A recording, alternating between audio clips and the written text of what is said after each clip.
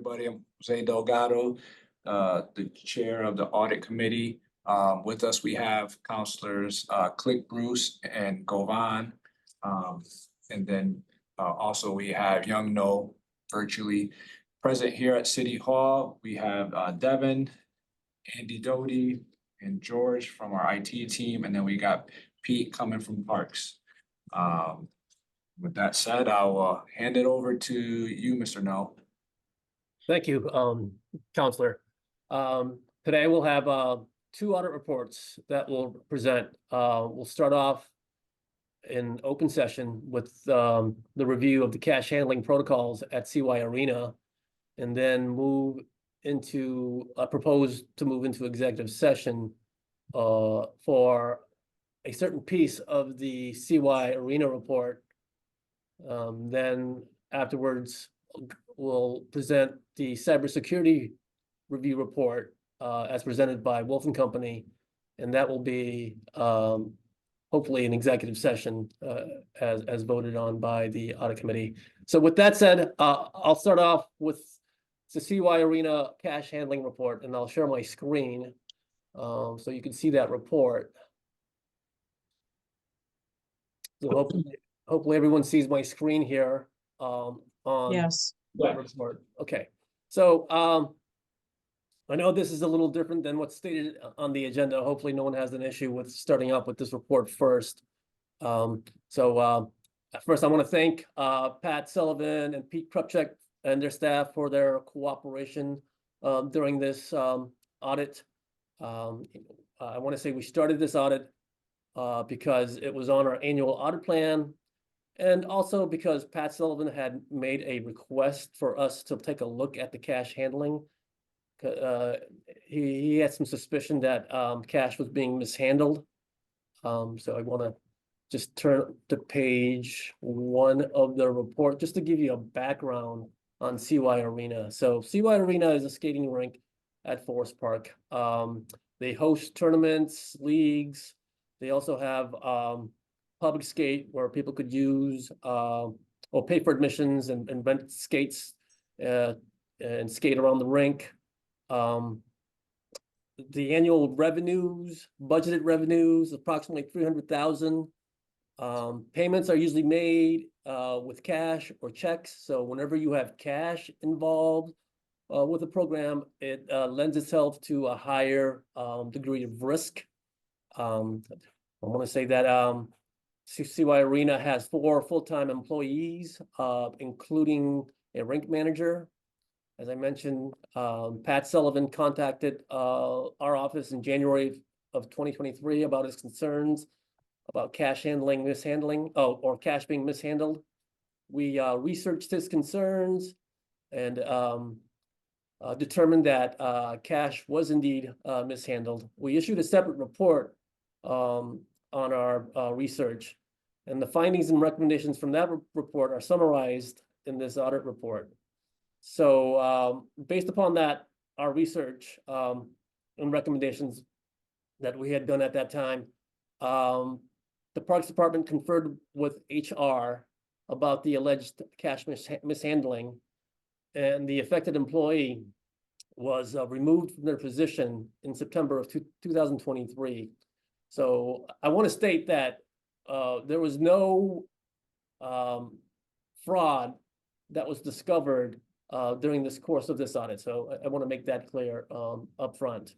But we did have some significant findings and recommendations that we want to convey to the audit committee. So I want to move on to the next page in terms of the audit objectives. So our objective for this review is assessing the internal controls over the cash handling protocols. So I want to state that overall, Pat Sullivan and his admin team did a very good job in monitoring the activity. So that's, a key control in any organization, is to review what your staff and program are doing. You want to have some sort of oversight. So kudos to them in that regard, that they were able to identify something going awry at CY Arena. When we actually delved into the audit, we noted that the cash handling protocols at CY Arena were significantly deficient. It created an environment that was rife with opportunities for fraud, although we didn't find any actual evidence of fraud, but it certainly created an environment rife with fraud. So with that said, I'll jump directly into the findings themselves. So on finding one, as I noted, we did note that cash was indeed mishandled. We noted there were unrecorded transactions taking place at the arena. In particular, we noted that customers were allowed to enter the rink without paying for admissions, and they were allowed to obtain skates without paying for them. And clearly not appropriate. Customers should pay for admissions and should pay for admissions. But we also noted that there was a rink rental that occurred in 2023, and we conferred with the sponsor of that rink rental to see if they made the same rental in the prior year. They indicated they did. However, we were not able to find any accounting records or proceeds recorded from that rink rental in the prior year. So the whole issue here is that could have been accounting irregularities. But we noted that this particular employee controlled pretty much the entire process of handling cash. So they worked with the cash register.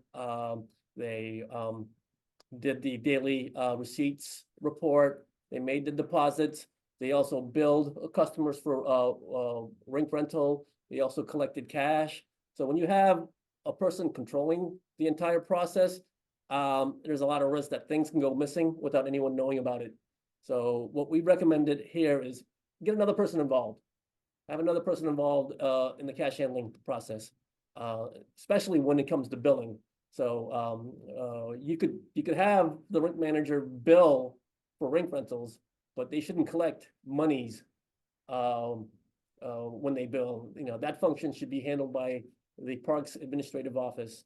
Likewise, cashiers should not be preparing the daily deposit reports daily. That should be done by someone else, typically a manager.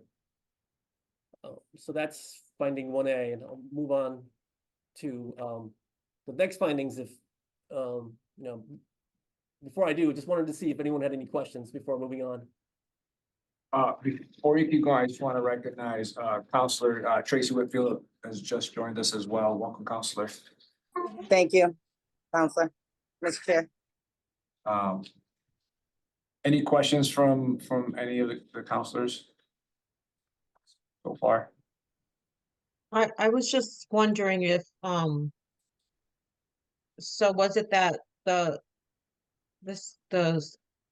skating rink was, allowed to be used without being paid for, or that the money was being taken?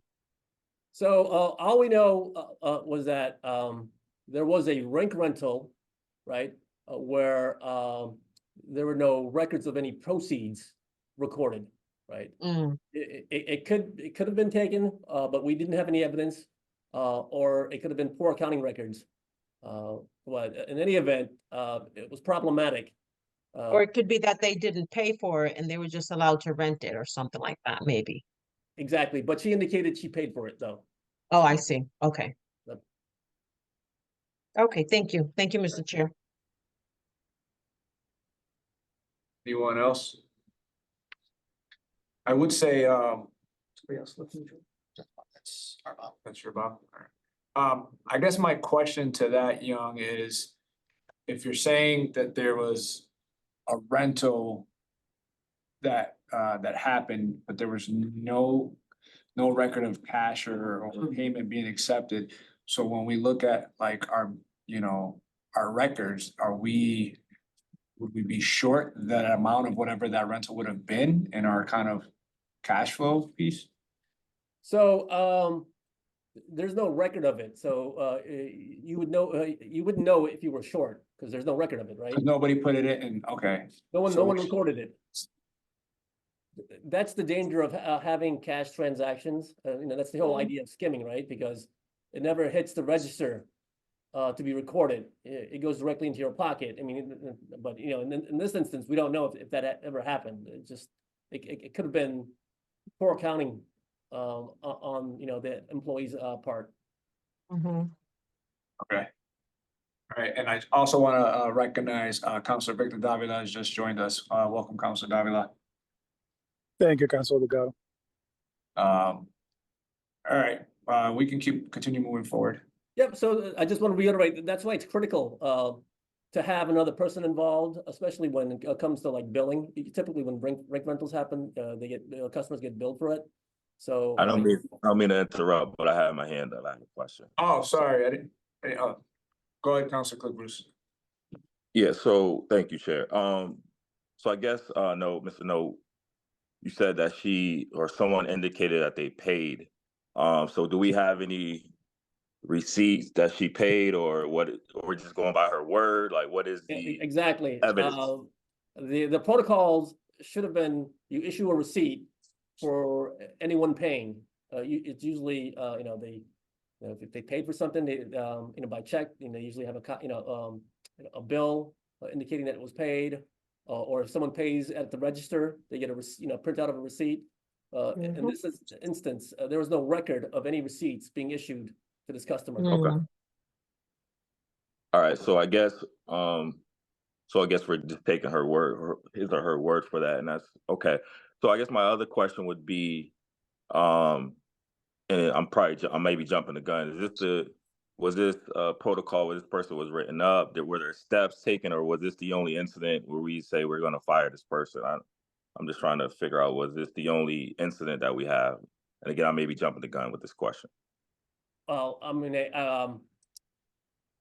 we were just looking at this, the whole protocols over the cash handling process at CY Arena, and we noted that this, primarily, involved this person, that was responsible for handling cash. But I don't want to get into the details because it's a personnel matter, and I don't think it's appropriate to talk about it in an open session.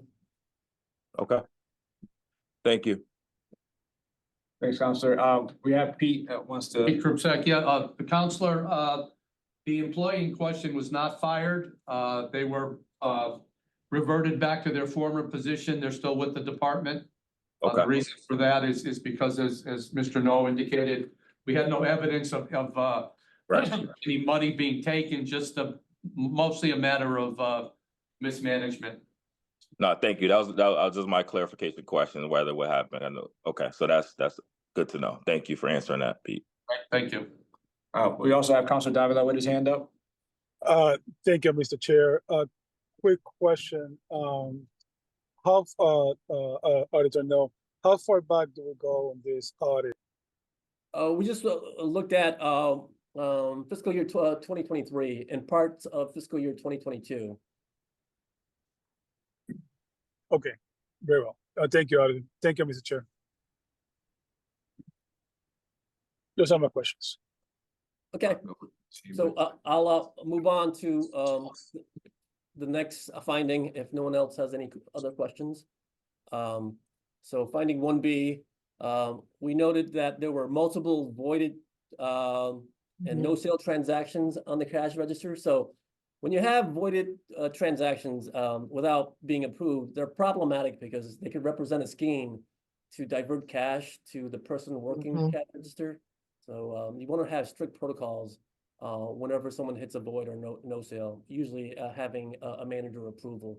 So we noted on 8 separate dates, multiple voids and no sales. In addition, we noted a cash shortage on a daily cash worksheet. And this is an actual shortage. So you have a printed receipt that says you collected this, but the actual cash turned over was short by like $236. We were told that this was because a void was not entered into the cash register. Again, not proper protocols. You want to make sure everything is recorded into the cash register, including voided transactions. Any questions? So the recommendation here again is making sure all voids get approved by management, that there be a log listing out all the voids and the reason thereof, and that log be forwarded to the Parks Administrative Office for review.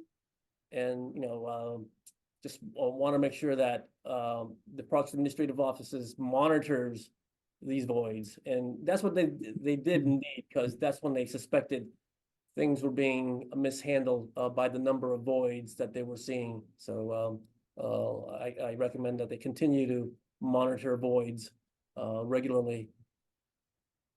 So you're saying, if you're saying that your recommendation is to keep logs of all voids, how were they able to discover the voids in the first place if no logs were being kept, or am I hearing that wrong?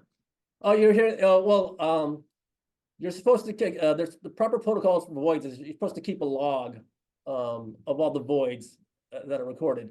Now, if they're not keeping a log of the voids, you could see the voids in the cash register tapes. So the Parks Department also looks at the cash register tapes because they're submitted to them on a regular basis. Okay. Go ahead, So, Pete. Counselor, we do, as Mr. Young mentioned, there was not a log procedure at that time. We have since instituted. Okay.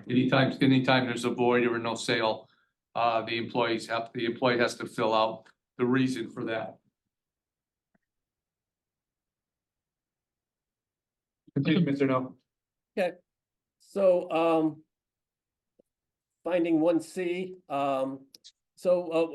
we had done a site visit and counted the cash intake for a particular weekend, and the results of the activity for that weekend is usually reflected on a daily cash receipts. So we counted the amount on the daily cash receipts as being X amount, and as I mentioned, we verified it by count. Then subsequently, we found out that that daily cash receipt worksheet was changed without justification. So we confronted the person who made that change and asked, and they indicated that they did not make that change. So that was problematic because we actually counted the amount that was on the daily cash worksheet, and we discovered that it was changed without justification. So the recommendation here is clearly getting another person involved and preparing that daily cash worksheet from the person, handling the cash intake, usually by working the cash register. So, any questions? Seeing none. Okay. So 1D is the next finding. I think Counselor Click Bruce mentioned receipts. It's imperative that customers get receipts when they pay for transactions. So what that entails is ensuring that that transaction was recorded in the cash register. So we noted that receipts were not issued to customers when they paid for public skate. It's problematic because twofold, because you have no proof that a customer paid to get in for admissions. And what I mentioned before is when you issue receipts or make it mandatory to issue receipts to all customers, it basically ensures that all transactions are being recorded in the cash register. So we recommend that there be a sign. I'm sure you may have seen signs at other retail establishments saying all customers must obtain a receipt. If you don't, then there's a number that usually call to indicate that you didn't receive a receipt. Again, that's to ensure that receipts are being consistently issued. So question on that, is this that receipts weren't being given at all, or just receipts in the situation that you found we're not being given? That's, I guess, my first question.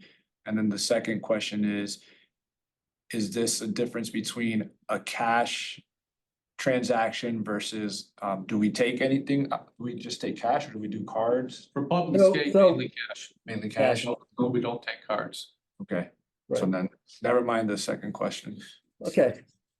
So, it's, receipts should be issued for all types of transactions. So, let's talk about public skate. When someone comes to pay for admissions to go skating, they usually come in and pay an admissions fee with cash. And they get a receipt.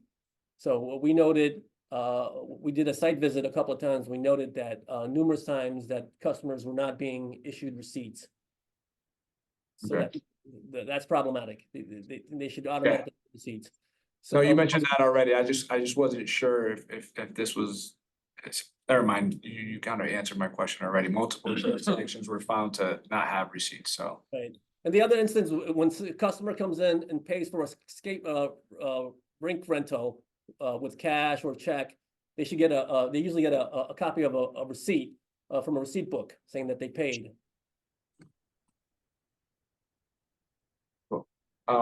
We have Counselor Davila with his hand up. Thank you, Chair. Auditor, no, just following that question about the receipt. Are you saying there were no issue a receipt at all, or was a receipt produced and not given to the customer? So people were paying, but they were being issued receipts, right? So they were, they were being rung up in the cash register, and the receipt was just not issued, right? They were just left on the register. I ask because I noticed that seems to me like a culture now. Even when you go to a gas station, they just don't give you a receipt. Right. Is that more like a current culture thing, in your opinion, or is that what would you attribute that to? And similarly, if it was brought up, if it was rung up on the register, I mean, I always ask for my receipt, but if it was rung up on the register, that transaction is entered, correct? Well, that's the thing is, if you don't issue the receipt to the customer, there's a risk that cash could be skimmed, right? What if someone takes the cash without actually putting it into the register? They just hit a no sale button. A receipt doesn't get issued, and they could divert the cash and put it in their pocket. And that could be an instance where a receipt's not issued. I would say, getting to your question Okay. about the current environment, I think people play with plastic nowadays. And in that instance, it may not, be as critical to issue receipts because it's usually, there's no cash involved. It's usually, it's instantaneous, and you could see it in the machine, that it's a credit card transaction. But even that, I would say that you would want to issue receipts for all types of payments, because it proves that someone's paid for admissions, right? Agreed. When you go, in skate, you should have someone say, "Hey, did you pay for admissions? Show me your receipt." And the customer can show a receipt as proof of payment, as opposed to, just bypassing the payment line and just, coming to skate for free. Right. Okay. Pete, Thank you. Thank you, Mr. Chair. Pete, go ahead. Just a procedural question, I guess. On the right-hand column is the management responses. I don't know, can the other counselors see that? So I think that might help clarify some answers. The extreme right-hand column, if they can see that is the management response to Mr. No's recommendations. Okay. Yeah, so I want to state that the Parks Department have implemented most of our recommendations.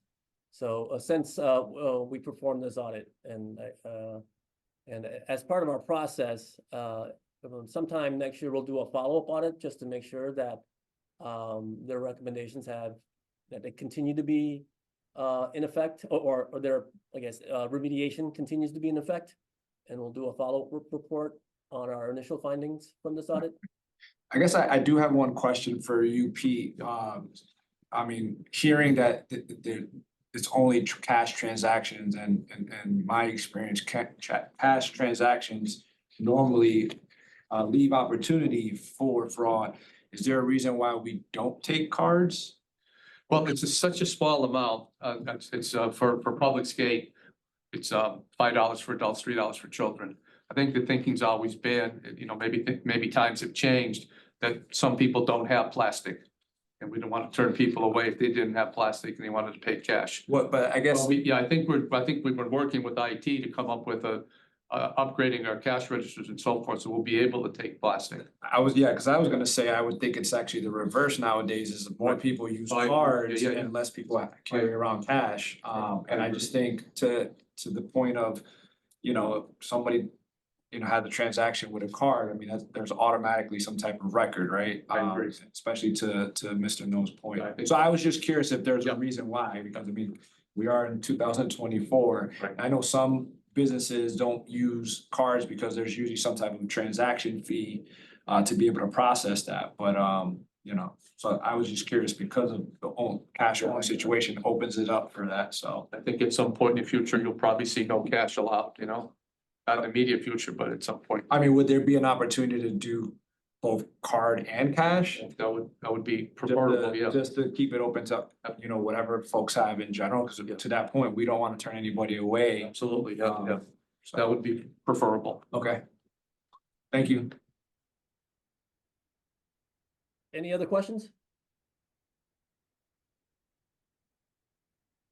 Seeing none? Okay, then, finding 1E, we also noted that, funds were not deposited, so we noted that a transaction that occurred in September of, 2022, that was still in the safe, in March of 2023. So you're supposed to, deposit funds timely. I think the treasurer's policy says at least weekly or, daily if, it exceeds $1,000. We think this was due to poor counting records. You may have just forgotten about this. But, you know, our recommendation here is, you match outstanding bills or bills that you sent to cash payments. You also send statements to customers just to verify that, you know, they should verify their activity just to make sure that something's not missing there. And I think, the Parks Department has been doing that, sending customer statements. All right, so if no one has any questions, I'll move on to, I'll skip finding 2 and move on to finding 3. We'll circle back to finding 2, in a bit. So, finding 3 has to do with, skate rental, tickets. So when you, enter the rink, and you pay for admissions, they ask you if you want to, rent skates, and if you do, you pay for it, and they give you a stub, a ticket stub, a pre-numbered ticket stub that you then take to the rental booth in exchange for skates. So we noted that, you know, these tickets that are collected at the rental booth are not reconciled against the total receipts for skate rentals. So that should be a protocol just to make sure that you could quantify the number of tickets against the rental revenues that you received. Likewise, the sequence of those tapes or those tickets should be submitted to the Parks Department for review, and the Parks Department should review the sequence numbers just to make sure that there's nothing missing. It should be sequential. So when you have missing sequence in these tickets, it could be problematic because they could be used inappropriately. Any questions? No. Okay, so on circling back to finding 2, Devin, if we can go, I recommend that we go into executive session for this piece.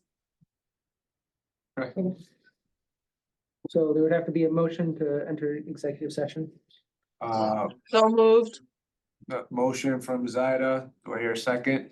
Second, All right, let me just read my thing here, so we're gonna head into, we have a motion to go into executive session for the purpose of discussing the deployment of security personnel or devices and strategies with respect to such deployment pursuant to the open meeting law, Mass General Laws, Chapter 30A, Section 21A, in connection with a cybersecurity audit of the city's information technology network and systems conducted for the city of Springfield with external consultants. And item 2, a review related to cash handling at Sierra Arena conducted by the city's Office of Internal Audit, including critical security controls. The audit committee will reconvene in open session following the conclusion of the executive session. Motion was made by Counselor Govan and seconded by Counselor Whitfield. And so with that, I know you guys should have a separate link for the executive session link. So we'll see you on the other side.